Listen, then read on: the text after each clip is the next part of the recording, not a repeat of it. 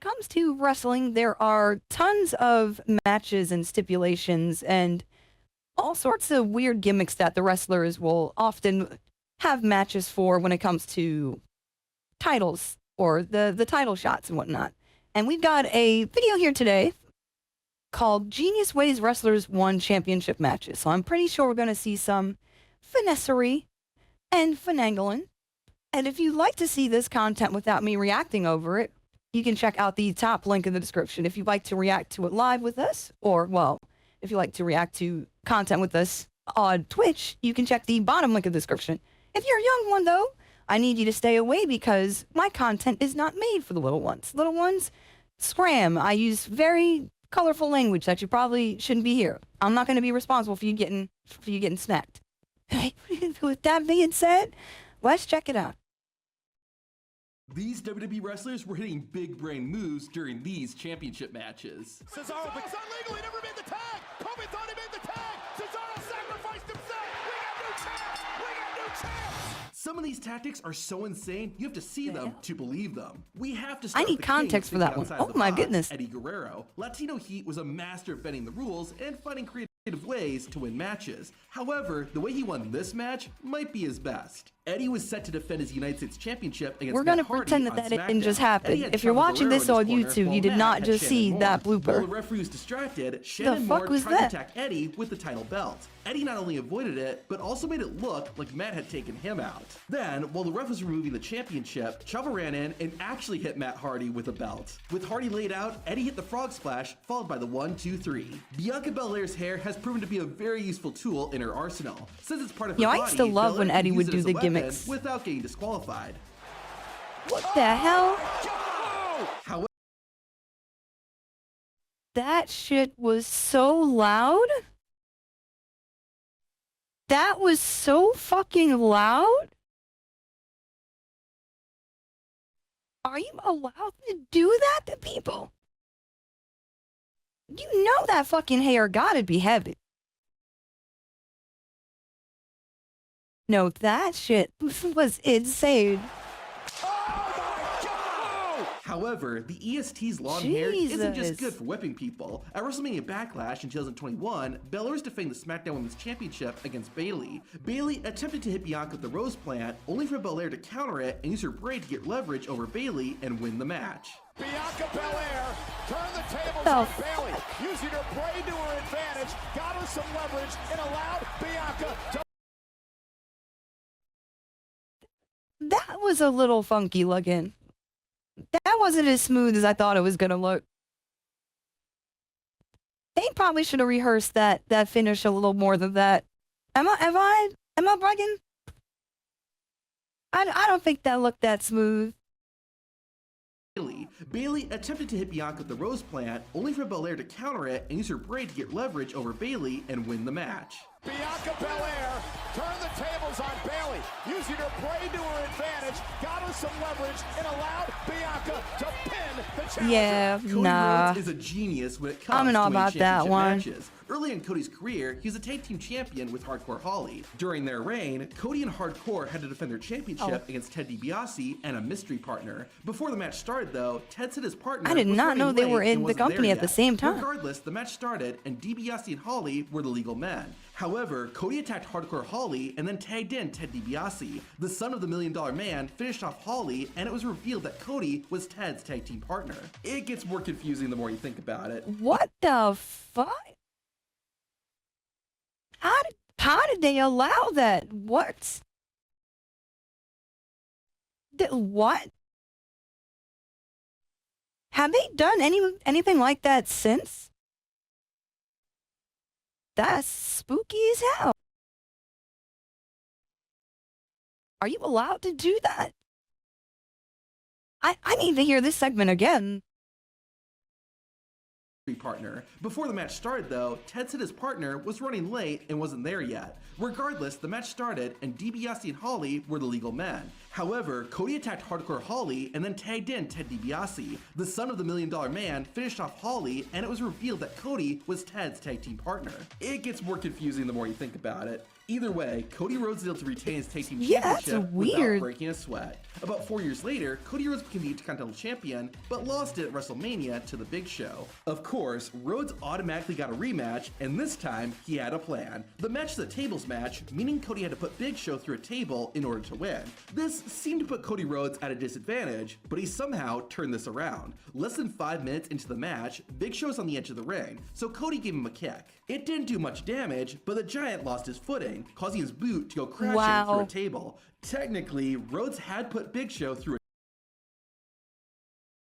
That with how janky those tables act, they really did put a lot of faith in the universe with that one, no?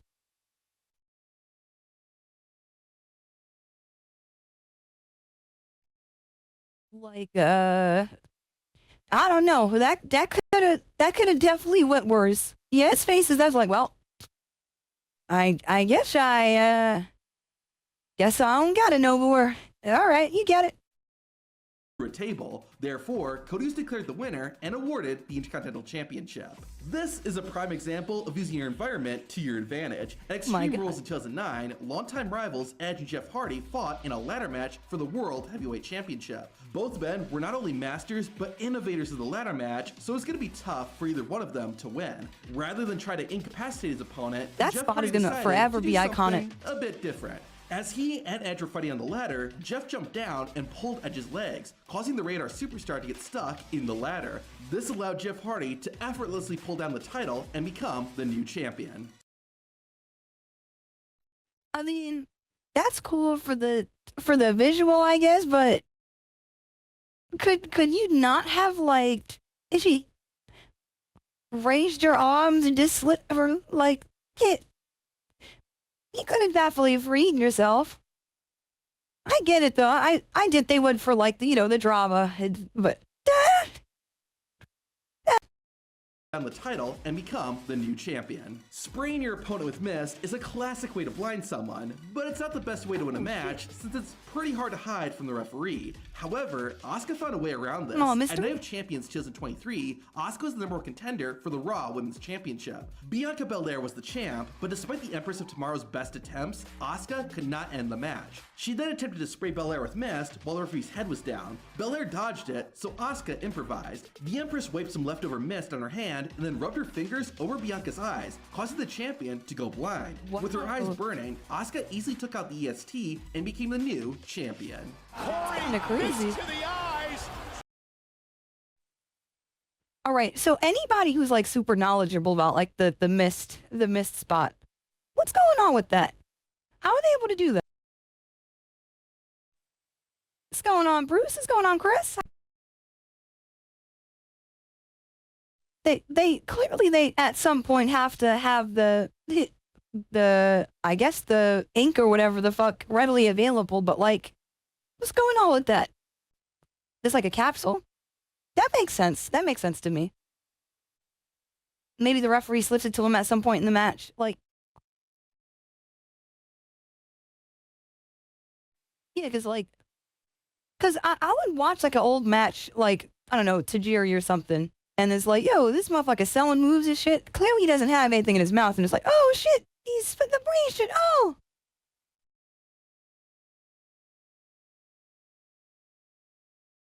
Got you, okay. That makes sense. That's really cool. But not in the traditional way. Asuka steals the women's championship. Now, this next wrestler did win a world championship, but I don't know if the price he paid was worth it. In 2011, Christian had the biggest victory of his career when he won the world championship. Just 5 days later, though, Christian would lose it when he was defeated by Randy Orton. This led to a series of rematches, but Captain Charisma could never dethrone the Viper. Smoked. So, like anyone who can't win fair and square, Christian decided to use the power of the legal system to get his way. Before Christian fought Randy Orton at Money in the Bank, the ex-world champion had a lawyer rework the contract to include a special stipulation. If Randy Orton got disqualified, then the Apex Predator would lose the World Heavyweight Championship. With that in mind, the first thing Christian did once the bell rang was throw a chair into the ring and try to get Orton to hit him with it. Randy didn't take the bait, but as the match wore on, Christian I see you standing there like that. The Viper. Finally, I spent. Ew. Oh, brother. Oh, hell no. Oh, he caught him with his mouth open. Oh my god, yeah. Yeah, Christian, I gotta kick you in your fucking throat.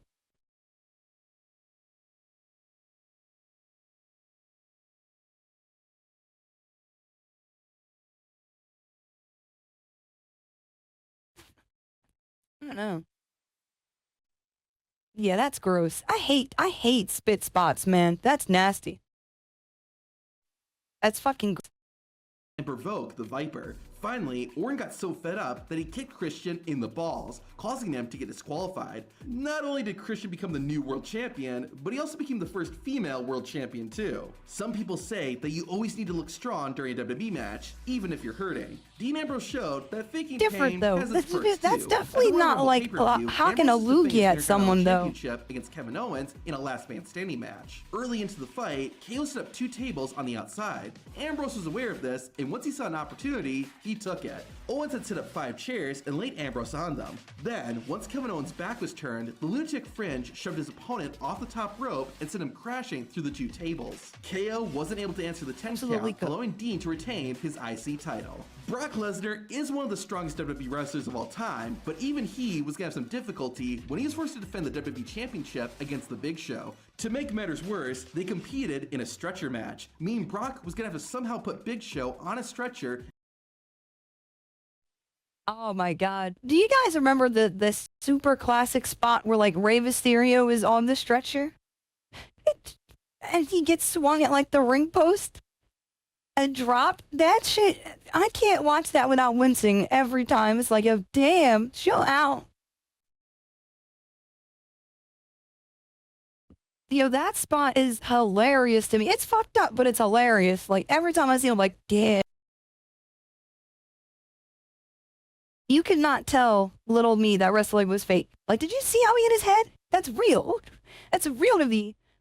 And push the Giant past the yellow line. Well, he might be called the Beast, but Brock Lesnar was using his thinking cap in this match. Once Brock realized he couldn't get the job done himself, Lesnar ran backstage and brought out a forklift. Brock set the stretcher on it and then put Big Show on top of that. With his opponent in tow, Brock backed the forklift up, crossed the line, and retained his title. Okay, technically the Money in the Bank briefcase isn't a championship, but this move was He so came genius speeding that around you the need corner to in that see it. forklift. During the Women's Money in the Bank ladder match, Becky Lynch had gotten one-hand cuffed by Trish Stratus and Zoe Stark. This wasn't really an issue, and in fact, Becky used it to her advantage by using the cuff as a hook to subdue Bayley, who was also in the match. However, Io Sky joined in the fight, took the other cuff, and locked it around Bayley's wrist. With both Becky and Bayley unable to move or fight back, Io Sky easily climbed the ladder and became Miss Money in the Bank. Now here are 2 big brain moves. In 2009, Rey Mysterio was the Intercontinental Champion and he was in a feud with Chris Jericho. They went at it during the Extreme Rules pay-per-view, and while Jericho was strong, the end was near when Rey signaled for the 619.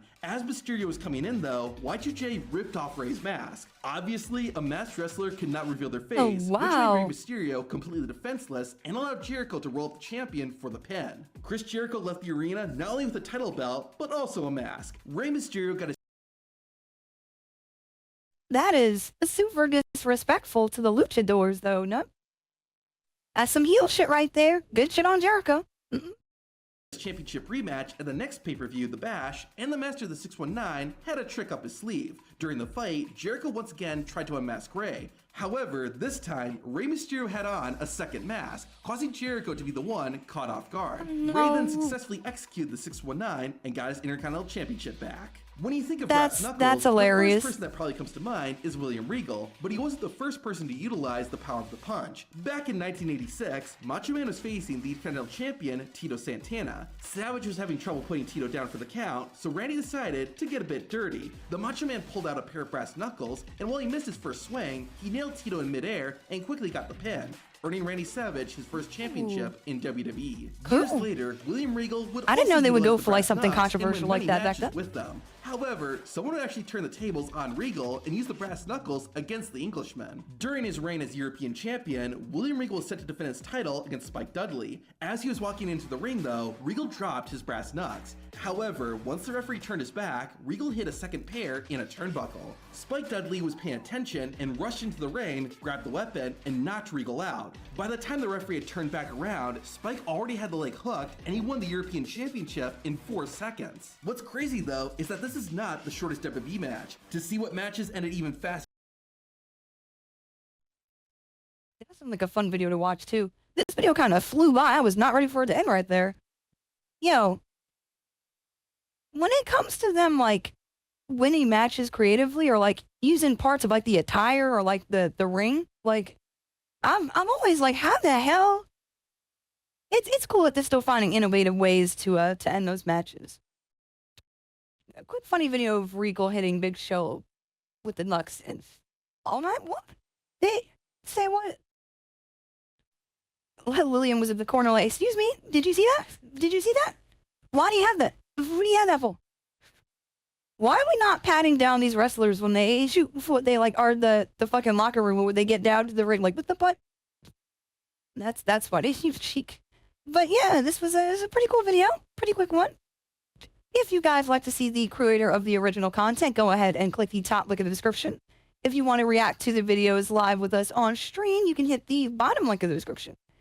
Either way, I appreciate you for hanging out with us, and I will see you in the next video.